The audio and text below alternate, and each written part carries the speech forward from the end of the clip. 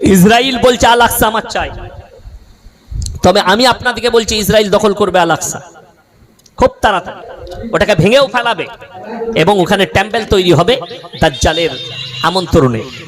ওই জায়গাতেই ওই টেম্পলের সামনেই ঈসা মাসি দাজ্জালকে হত্যা করবেন, আল্লাহ রাসূলের হাদিস।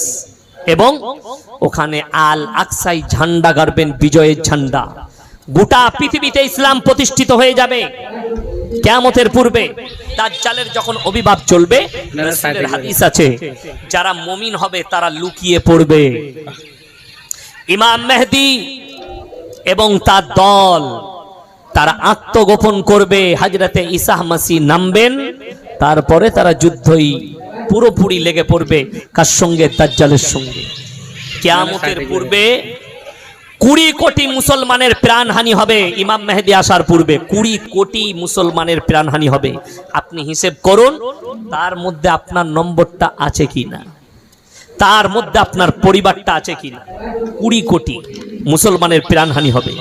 মুসান্নাফ ইবনে আবু শাইবার হাদিস, রাসূল বললেন, হে আমার সাহাবীরা শোনো, গোটা পৃথিবীর যতগুলো মসজিদ আছে সব নামাজিতে ভর্তি হয়ে যাবে। সাহাবীরা সুবহানাল্লাহ বললেন।